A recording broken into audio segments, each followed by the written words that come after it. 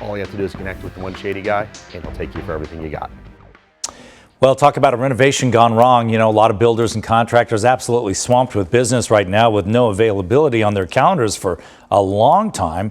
Well, now some homeowners say that they have been duped by people without licenses with promises to get the job done quickly and right. 3 on your side, Susan Campbell has more on this. Yeah, in Arizona, to do any work worth more than $1,000 or that requires a permit, you have to be licensed. Well, Scottsdale man says he hired someone he thought was a licensed contractor for a full renovation. He says there was no license and his house is a mess. This is supposed to be the kitchen. Jeff Geller's renovation project stalled soon after demo day. Progress is doing great, and then he started putting things back together. It wasn't so great. Jeff says there were mistakes and missing building materials that he had already paid for. All this money that he had gotten to buy supplies disappeared. Jeff hired a company called Your Fraction Solutions LLC to do the renovation beginning in January. Adam Campbell was available for the job when other contractors said they couldn't get started until March at the earliest. Jeff paid about 85% of the invoice up front, and despite a lack of progress, he says Campbell kept asking for more money. My mistake was I found someone who said he was available in a reasonable amount of time. I booked him. It turns out Campbell is not a licensed contractor. According to Arizona law, that means he's not allowed to take any jobs over $1,000. And on his website, the company says it specializes in handyman services and cleaning.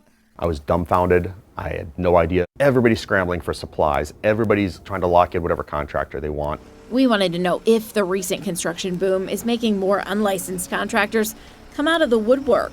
We requested a year's worth of data from the Arizona Registrar of Contractors. It shows the number of weekly complaints to the agency has remained pretty steady, hitting a weekly high in March. We get about between 6,000 and 7,000 complaints a year, and that's been pretty much the same. Jeff Fleedham is the director of the Arizona Registrar of Contractors.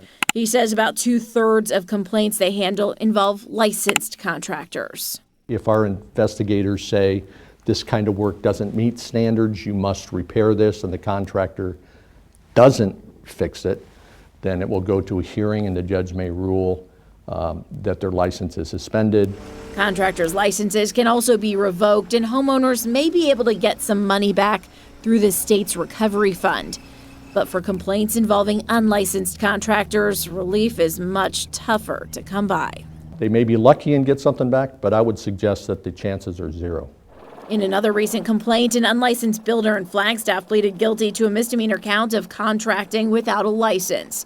The homeowners paid the contractor more than $280,000.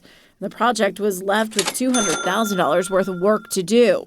Still, the homeowner wasn't awarded a cent. We investigate, and if it crosses over into a criminal aspect, then our investigators package those and then pass them off to a prosecutor. In Jeff's case, Scottsdale police say no criminal charges have been filed, adding it was deemed to be a civil issue between the two parties.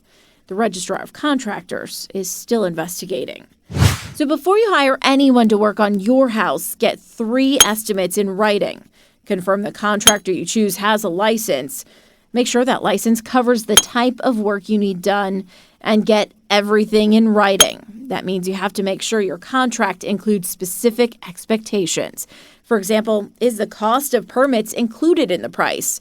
And is there a clear payment schedule? My tile guy had to come in and tear it all out and start from scratch. Jeff says he'll eventually get all of this done. And this time, the people doing the work will be licensed. What was supposed to be a 10-week project is probably going to be about 10 months.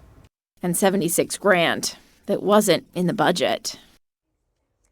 I got in touch with Adam Campbell over the phone. He didn't want to answer my questions on camera, but he told me he never claimed to be a licensed contractor.